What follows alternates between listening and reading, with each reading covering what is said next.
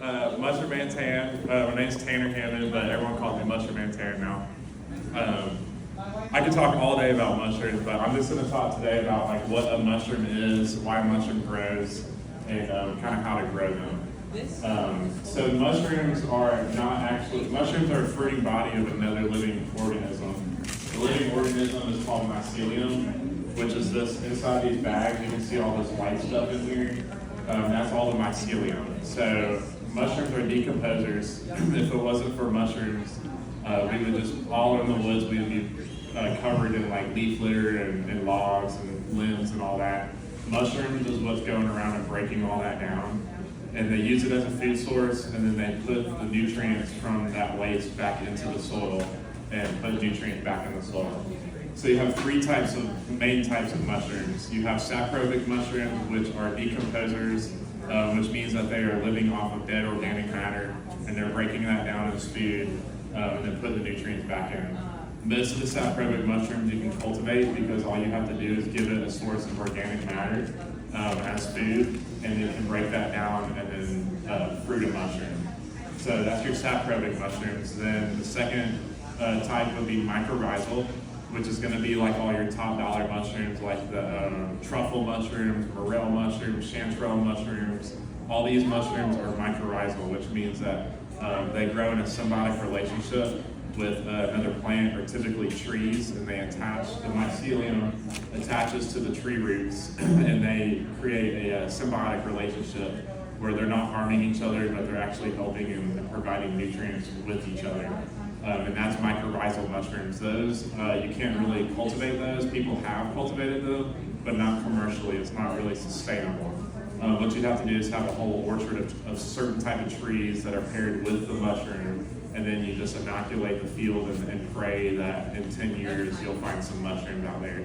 But it takes a lot of time, a lot of money, and it's not very reliable. So all those mycorrhizal mushrooms, you can go out and forage in the woods. Not necessarily all here, but you can go find them in certain seasons. And the third one is going to be parasitic mushrooms, which is mushrooms that grow off of a living host, and they actually take over their nervous system and they kill them off and then fruit a mushroom out. I'm not super familiar with those, but if y'all have ever seen The Last of Us, that's what that show is based off of. Is a mushroom called cordyceps, and it's a parasitic mushroom that takes over the nervous system. So that's the three main types of mushrooms.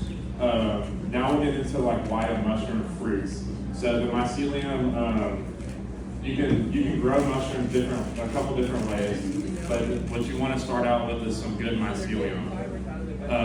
Growing the mycelium yourself is very difficult. You kind of have to have a lab, super sterile environment, because if you're trying to grow mycelium, you're also setting up the perfect conditions to grow mold and bacteria and other fungi. So the easiest way to get started to grow mushrooms is find a reliable source for mycelium, somebody that makes the spawn. And then you can get different forms of it. You can get bags like this, where the mushrooms are ready to go. You just cut it open and they fruit. Or you can get like little dowel rods like this. They're just little small dowel rods that have been inoculated with mushroom mycelium. And then what you can do is take a freshly cut tree log, like within 4 to 6 weeks of cutting it, and you can drill holes all in it, and you can hammer these dowel rods in there. It's kind of like a seed for a plant. And you can put that in the log, and you'll wait about a year, and then it'll produce mushrooms seasonally outdoors. The reason it takes about a year to grow is because mycelium does not want to fruit a mushroom until it runs out of food. So there's a couple different things that trigger a mushroom to fruit. Number one is the mycelium runs out of food, and then it fruits a mushroom to spread spores to find a new food source. So think of fruiting a mushroom as like a defense mechanism for the mycelium. Is when it feels shocked, it fruits a mushroom to dump spores to spread out and find a better spot. So running out of food is one. That's why when you inoculate a log with these dowel rods, it's going to take up to a year, because that mycelium has to spread through that whole entire log before it's going to fruit a mushroom. Because why would it put the energy to fruit a mushroom when it's got all this fresh food right here to eat? So the number two thing would be like a temperature change. So in between seasons around here, it's a good time to go find mushrooms, even if it's not raining. If we go from like a a really warm day to all of a sudden we shift and go down from like 70 degrees down to like 50 or 45 degrees, then mushrooms are going to start fruiting everywhere because the temperature change is a shock value to them. And then another one is heavy rains. So when we have heavy rains, of course, you find mushrooms everywhere out here, and it's because the mycelium feels like it's getting drowned out, and then it fruits a mushroom. So when you start these mushroom kits, I'll go ahead and pick this one off. That's how you pick the mushroom, you just pick the whole thing off there. But when you start one of these kits, the bag's gonna be all sealed up. And it's already ran out of food in there. Another trigger to fruiting mushrooms is, so mushrooms are closer to us than they are to plants. Mushrooms and mushroom mycelium actually breathe like we do. They take in oxygen and put off CO2, versus a plant takes in CO2 and puts off oxygen. So when this bag is all sealed up, inside this bag is going to be a very high CO2 concentration. And once you cut this bag open, oxygen rushes in there and it triggers the mushroom to fruit. So in a tree log, when the mycelium is grown to the tree log, once it fills up the tree log and breaks out of the bark a little bit, it's going to get that oxygen in there and it's going to want to fruit a mushroom. So cutting it is one of the trigger factors, lets the oxygen in. Then what you would do is fold the bag over, and that X you put in like an inch of water, and I would let it sit for about 2 hours, at least 2 hours. And that's going to simulate a really heavy rain, and it's going to shock this mycelium. And then once you're done secking it, you take the bag out, set it up like this with the eggs facing up. And then within a week or two, you'll have the baby mushrooms grow. And then after they start growing, you just want to mist them like once to twice a day to keep them from drying up. And then once you get to harvest, different mushrooms have different harvest times, but if you look at, you can see on these smaller mushrooms, the caps of the mushrooms are curling downwards. Once the biggest, fastest growing mushroom starts to flatten out or curl up versus curling down, that means that this whole group of mushrooms is about to start dumping spores everywhere. So if you leave it on the bag and you let it just grow all really big, all of a sudden you're gonna have like a white powder all over your countertops, and that's gonna be the spores dumping everywhere. So if you pick them early enough, number one, they're not gonna dump spores everywhere. Number two, your shelf life on these after you harvest them are gonna be twice as long. If you let these mushrooms grow and you try and store them in the fridge, and you let them grow really big, you're gonna get only a couple days out of the fridge. If you harvest them at like this point, and you put them in the fridge, they could last up to 2 weeks for you because they're just more of a dense mushroom. And then once you harvest the mushroom, you just let this kit rest for about a week and kind of let that mycelium take a break and kind of take a breather. It just pushed a lot of energy on pushing out this big cluster of mushrooms. And then you let it rest for about a week, and then you can soak the kit again, and you can initiate another fruiting of mushrooms. Depending on the mushroom, you can do it from 2 to 5 times on the mushroom kits. And then once this mycelium runs out of food and energy to grow anymore, I never throw these bags away. I haven't thrown them away. I did it one time when I first started, like 5 years ago. But ever since then, I kept them all, and I either compost them in my garden, I take them to Cooper Farms, I give them to home gardeners, or I brought some here to the zoo. And you could put these outside, and they could possibly fruit again. And they actually I think they fed some of the monkeys here? Mm-hmm. They had fed some of the monkeys the mushrooms that fruited off of my spent blocks. And this also makes really, really good compost. So what I've done in the past is collected food waste from restaurants that I deliver to, and use these mushroom kits as the brown in my compost, and then use the food waste as the green, and do 50% this, 50% green. And then this will break down into like black gold. So I have, in my neighborhood, our whole neighborhood is full of red clay. You dig like 1 inch into the ground, it's all red clay everywhere. Over 5 years, I have added mushroom compost, worm castings, and then I've done like the green manure where you grow a plant and then kill it off into the soil. And I've got about this much black soil on top of my red clay dirt now. All from pretty much using these. So you don't also have to make the compost. You can also just break these up and sprinkle them and use them like wood chips in your garden. Do y'all have any questions? I know I just dumped a lot of information. No questions? I'm curious about the spores. What about the spores? Actually, the seeds of the mushroom. Yeah, so spores is kind of like the seed of a mushroom, but it only takes 2 spores to meet and germinate, and then it can produce another cluster of mushrooms like that. But as far as like propagating goes, it's really hard to propagate these mushrooms off of spore. The best experiment that I have done is taking like a piece of a mushroom and rip it up really, really small, or take a knife and chop it into like tiny, tiny pieces. And you can take this, and mushrooms will revert back to mycelium. You can take this and take a piece of cardboard and get it really, really wet, soak it in some water for a while, and then take the cardboard out, and it's got like 2 layers, and in between it's corrugated. So take the top layer, peel the top layer off, and you'll have a corrugation showing. Take all these and sprinkle it in there, and then roll that wet cardboard up and stick it in a Ziploc bag, and keep half of it open, half of it closed, and stick it in your fridge. And in about 2 weeks, that piece of cardboard will be white and fuzzy and covered in mycelium. And then you can actually, I've fruited some off of them, but they look a little funky and they're not perfect looking mushrooms, but that's a good way, especially like showing kids, it's really cool.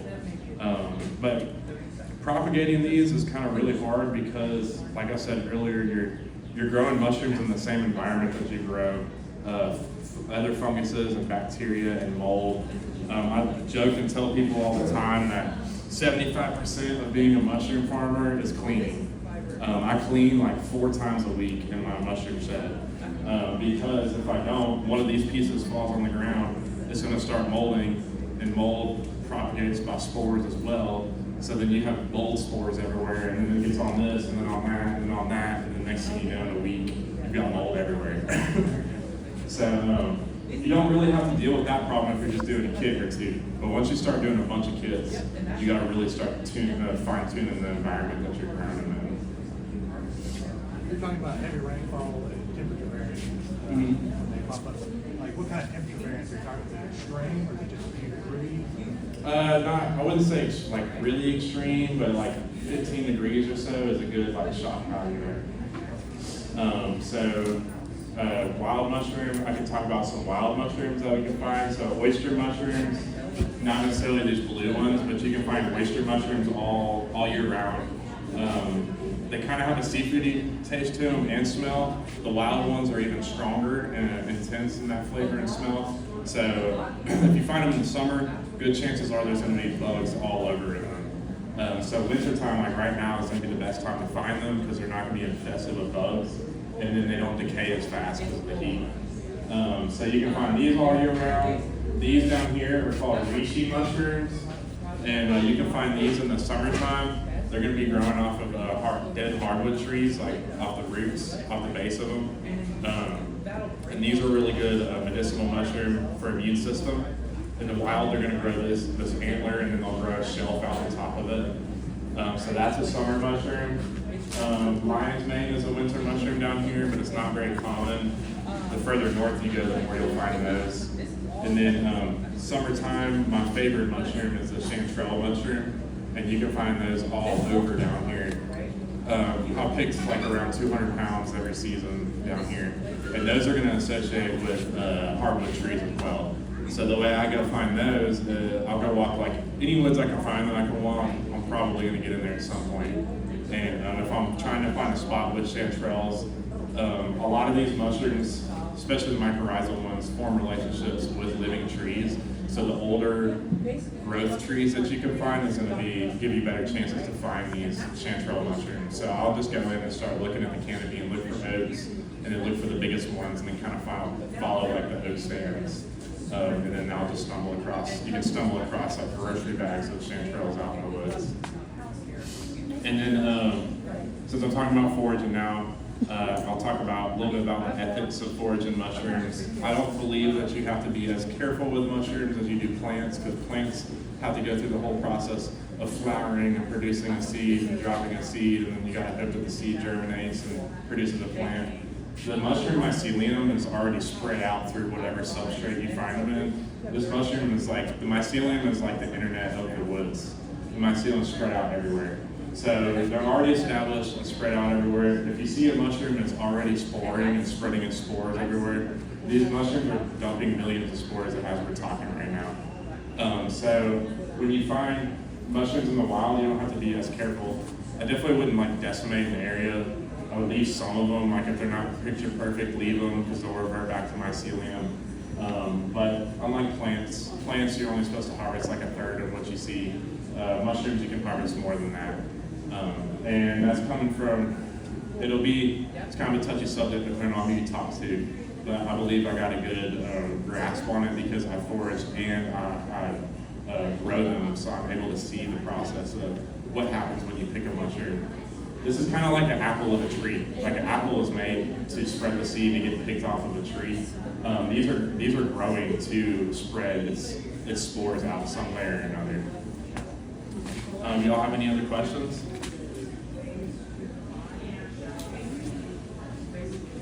One more time. We got 5 minutes. 5 more minutes. What else?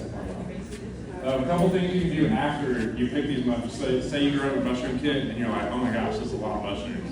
What am I going to do with all these? Definitely eat some of them right when you pick them because they're going to be best right when you pick them. But there's a couple ways to preserve them. You can dry them, and you can use a dehydrator or an oven. Just put your oven at the lowest setting and kind of crack it open and dry them out. You can save them whole, dried, and use them in like stock, like soups, and use little dried mushrooms in the soup. You can dry them and then grind them down, and like we make a mushroom seasoning and make a couple different flavors, but you can use it as a seasoning. And then the seasoning you can use several different ways. You can use it as a seasoning. You can use it as like a thickener in soup bases, and it's a good thickener. You can use it as a binder in like meat loaves and patties and things. So we love using our mushroom seasoning all the time. And then another one is making like mushroom tinctures, mushroom extracts for the health benefits, especially like if you find lion's mane or reishi, those are really good medicinal ones. And mushrooms, I'll always do a double extract, which is alcohol and water extraction. And you want to use high-proof alcohol like Everclear. Because these mushrooms, when you dry them, are rock hard. So you want high-proof alcohol to kind of break it down. And if you want the health benefits of a mushroom, eating them, you will get the benefits if you eat them, but you're going to get more of a benefit if you put it through the tincture process, because our bodies can't metabolize all of the compounds in the mushroom. The extraction process breaks these things down to where our body can absorb more of the compounds that we want. And if y'all ever have any questions on making tinctures and stuff, we're more than happy on teaching that.